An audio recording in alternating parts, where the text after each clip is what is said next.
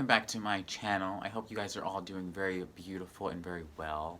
On this week's episode, I will be reading you guys a poem that I wrote when I was in high school. It is called Patron. If I remember correctly, I wrote it, I believe, in senior year of high school.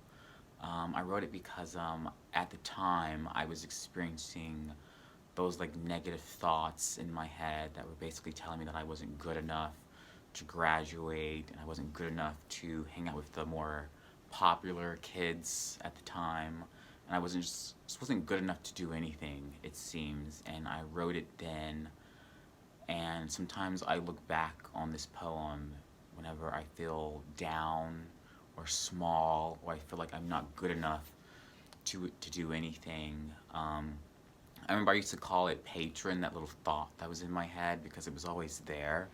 And I feel like it was there to the point where it became like a friend.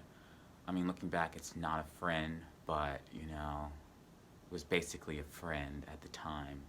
But, you know, devil in my head, please take a seat in the garden of slumbers. I must leave you like dead beets and go to the next hole in the satin.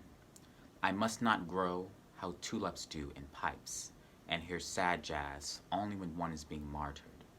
I must think in silence. Shoo, devil, shoo.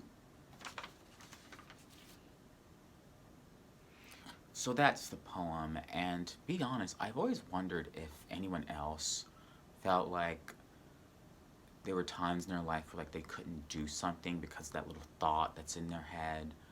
And I once read that poem to a friend of mine a couple months ago, and she agreed with me. I thought that was so interesting because in the moment in high school, I remember thinking like I was the only one, and to know that I'm not, or at least I wasn't the only one who's thought something like that, it was just very comforting.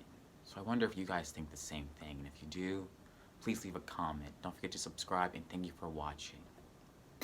Love y'all.